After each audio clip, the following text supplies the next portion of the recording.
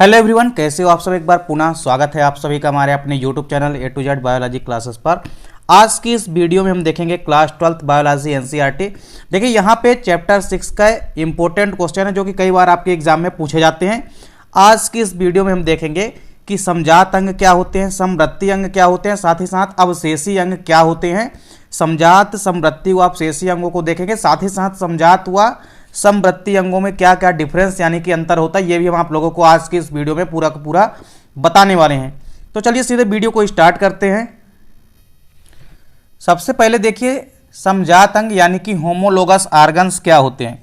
देखिए समजात अंगों की यदि हम बात करते हैं तो जंतुओं में पाए जाने वाले वे अंग जो कि उत्पत्ति एवं रचना में क्या होते हैं, समानता दर्शाते हैं, लेकिन कार्यों में ये क्या होते हैं, आपस में भिन्न भिन्न होते हैं, यानी कार्यों में ये भिन्नता प्रदर्शित करते हैं। ऐसे अंगों को हम क्या कहते हैं, समजात अंग कहते हैं। तथा अंगों की इस समानता को हम क्या कहते हैं, समजातता कहते हैं। तो होमोलोगस ऑर्गन्स क्या होते हैं कि जीवों में पाए जाने वाले ऐसे सभी अंग जो कि उत्पत्ति यानी कि ओरिजिन एवं रचना में आपस में समानता दर्शाते हैं, मतलब देखने में और इनकी उत्पत्ति जो है एक ही समान प्रकार से होती है, लेकिन इनके कार्य क्या होते हैं, भिन्न भिन्न होते हैं। इसलिए ये कार्यों में क्या करते हैं, भिन्नता दर्शाते हैं। और ऐसे अंगों को ही हम क्या कहते हैं, समजात अंग कहते हैं। तथा अंगों में पाई जाने वाली इस समानता को हम क्या कहते हैं, समजातता कहते हैं। देखिए एग्जाम्पल आप देख सकते हैं इसके, जैसे यदि हम जंतुओं में इसके एग्जाम्पल देखते हैं तो देखिए जंतुओं में जो मेढक के अग्रपाद होते हैं, इसके अलावा जो घोड़े के अग्रपाद हैं तथा मनुष्य के हाथ, ये सभी के सभी क्या होते हैं, ये सभी के सभी जो हैं समजात अंगों के एग्जाम्पल हैं। तो यदि जंतुओं में आपसे समजात अंगों के एग्जाम्पल पूछे तो मेढक के अग्रपाद, इसके अलावा घोड़े के अग्रपाद व मनुष्य का हाथ, ये सभी के सभी समजात अंगों के एग्जाम्पल हैं। देखिए यदि पौधों में समजात अंग देखें तो नागफनी का जो पर्णाभ स्तंभ होता है, इसके अलावा रस्कस एवं एस्पेरेगस जो होते हैं, ये भी सभी के सभी क्या हैं, समजात अंग होते हैं, क्योंकि इनमें तीनों में ही तना रूपांतरित होकर प्रकाश संश्लेषण करते हैं। तो इस प्रकार से ये बेसिकली जो है ये भी किसके एग्जाम्पल हैं, समजात अंगों के एग्जाम्पल हैं। तो समजात अंग क्या होते हैं, ऐसे सभी अंग जीवों में पाए जाने वाले जो कि उत्पत्ति एवं रचना में समानता दर्शाते हैं, लेकिन कार्यों में ये आपस में भिन्न भिन्न होते हैं। ऐसे अंगों को हम समजात अंग कहते हैं, यानी कि होमोलोगस ऑर्गन्स कहते हैं। इसके बाद देखिए यदि बात करते हैं समवृत्ति अंगों की यानी कि एनालोगस ऑर्गन्स की, तो एनालॉगस ऑर्गन्स की यदि हम बात करते हैं तो देखिए जंतुओं के ऐसे अंग जो कि उत्पत्ति एवं रचना में तो भिन्न होते हैं तथा कार्यों में ये आपस में क्या करते हैं, समानता प्रदर्शित करते हैं। ऐसे अंगों को हम क्या कहते हैं, समवृत्ति अंग कहते हैं। तो देखिए जंतुओं के पाए जाने वाले ऐसे सभी अंग जो कि उत्पत्ति एवं रचना में तो क्या होते हैं, भिन्न होते हैं, लेकिन ये कार्यों में समानता दर्शाते हैं। इनकी उत्पत्ति भले ही अलग अलग प्रकार से हुई हो, लेकिन इनके कार्य जो हैं आपस में एक समान प्रकार के होते हैं।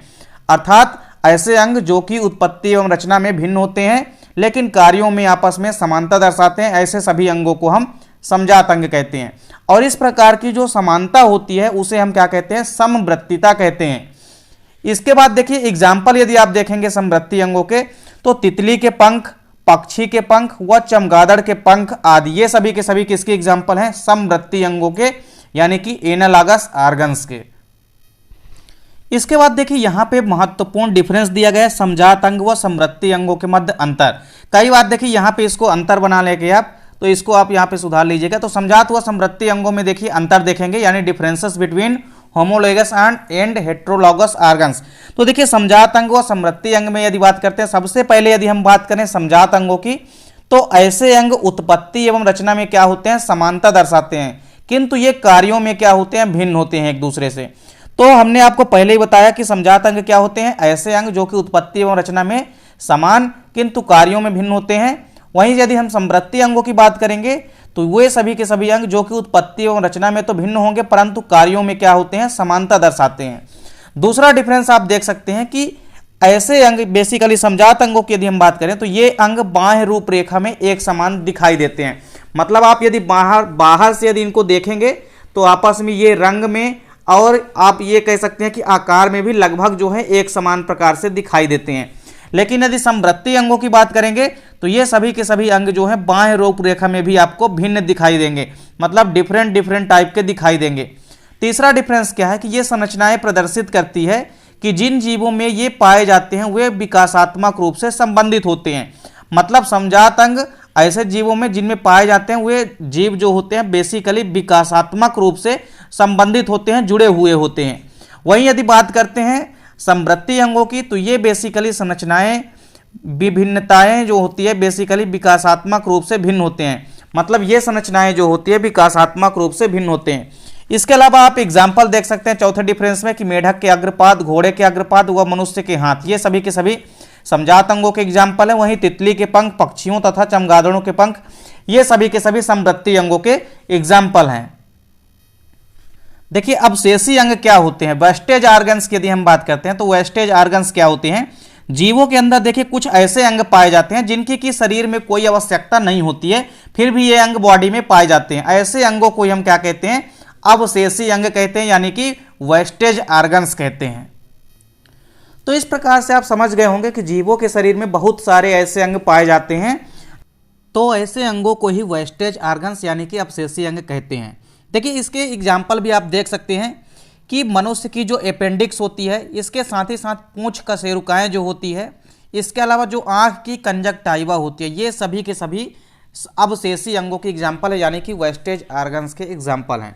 इसके अलावा आप ये माना जा सकता है, देखिए ऐसा माना जाता है कि पूर्व में ये अंग जो हैं सक्रिय रहे होंगे, लेकिन वातावरणीय अनुकूलनों के कारण ये कालांतर में निष्क्रिय हो गए। तो देखिए ऐसा माना जाता है कि ये जो वेस्टेज ऑर्गन्स हैं ये पहले वातावरण में रहे होंगे, लेकिन वातावरण में जब अनुकूलन हुआ तो अनुकूलन के परिणाम स्वरूप ये अंग जो है काम करना, इनका जो है काम धीरे धीरे क्या हो गया, क्रमशः बंद हो गया। तो इस प्रकार से ये जो है अवशेषी अंग है, यानी कि वेस्टेज ऑर्गन्स हैं। तो जीवों के शरीर के अंदर पाए जाने वाले ऐसे सभी अंग जो कि शरीर में जिनकी आवश्यकता कोई नहीं होती है, फिर भी ये शरीर के अंदर पाए जाते हैं, ऐसे अंगों को ही हम अवशेषी अंग कहते हैं।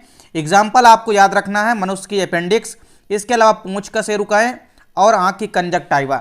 इसके अलावा आप देखे होंगे कि चेस्ट में जो बाल पाए जाते हैं उसका भी कोई काम नहीं होता है। तो ऐसे कई सारे अंग जो है कि बॉडी के अंदर पाए जाते हैं। तो उम्मीद करता हूं दोस्तों वीडियो पसंद आई होगी। दोस्तों वीडियो अच्छी लगे तो लाइक और कमेंट जरूर कीजिएगा, साथ ही साथ दोस्तों के बीच ज़्यादा से ज़्यादा शेयर कीजिएगा। मिलते हैं दोस्तों नेक्स्ट वीडियो में, तब तक के लिए जय हिंद, वंदे मातरम।